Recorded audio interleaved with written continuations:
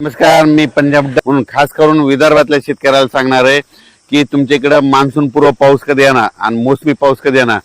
तर सर्वप्रथम विदर्भातल्या सर्व शेतकऱ्याला सांगू इच्छितो की अचानक पाऊस कंप्लीट 21 दिवस राहिलेला आहे. तुम्ही काय करा, शेतीचे कामे करून घ्या, कारण की 21 दिवस पाऊस राहिला आहे. तर तुम्हाला एक सांगू इच्छितो, मान्सून पूर्व पाऊस तुमच्या इकडं म्हणजे तुमच्या विदर्भाकडे, पूर्व विदर्भ आणि पश्चिम विदर्भाकडे. मी आता सध्या आहे आर्णीमध्ये, आर्णी यवतमाळ जिल्ह्यामध्ये आर्णी तालुका आहे.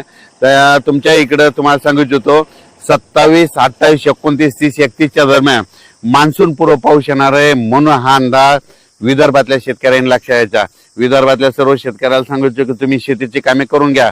आज विशेष म्हणजे 18 मेला अंदमान बेटावर मान्सून आलेला आहे. म्हणजे अंदमान बेटावर 17 मेला मान्सून आला, तिथून कंप्लीट 10 दिवस केरळला यायला लागतात. मग 10 दिवस म्हणजे 26 तारखेला तो केरळ येईल आणि त्याच्यानंतर 5 ते 7 मध्ये 7 जून पर्यंत म्हणजे महाराष्ट्रात पाऊस दाखल होऊ शकतो. म्हणून हा अंदाज विदर्भातल्या शेतकऱ्यांनी लक्षात घ्यायचा आणि आपण आपल्या शेतीची कामे करून घ्यायची.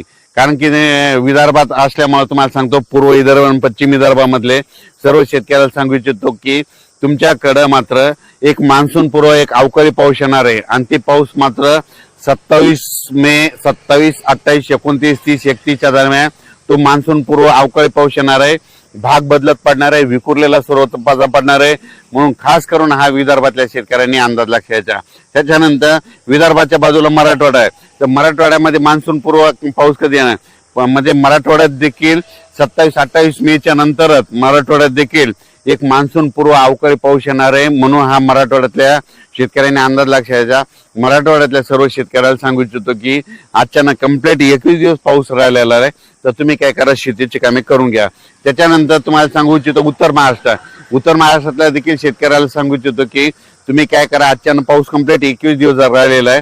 तुम्ही जवळपास म्हणजे 21 दिवसापर्यंत तुम्ही तुमची शेतीचे कामे करून घ्या. कारण की उत्तर महाराष्ट्रात देखील म्हणजे 27, 28, 29 म्हणजे मेच्या शेवटच्या आठवड्यात चांगला एक मान्सून पूर्व अवकाळी पाऊस येणार आहे आणि त्यामध्ये तुमची शेतीची कामे होणार आहे.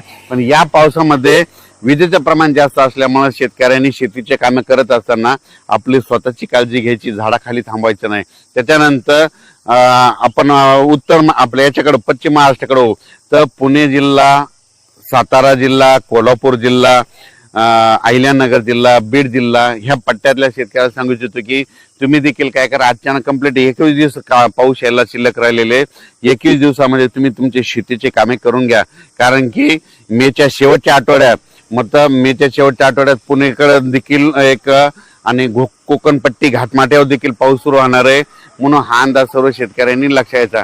मग सांगायचं झालं तर कोकणपट्टीकडे तर जवळपास 23 तारखेच्या नंतर तिकडे पावसाचं वातावरण तयार होणार आहे.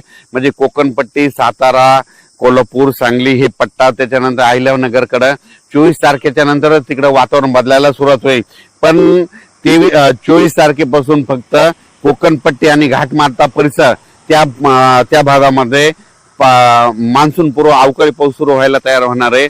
म्हणून त्या शेतकऱ्यांना अंदाज लक्षाचा. सगळ्यात महत्वाचं पुणेकराला सांगू इच्छितो की पुण्याकडे देखील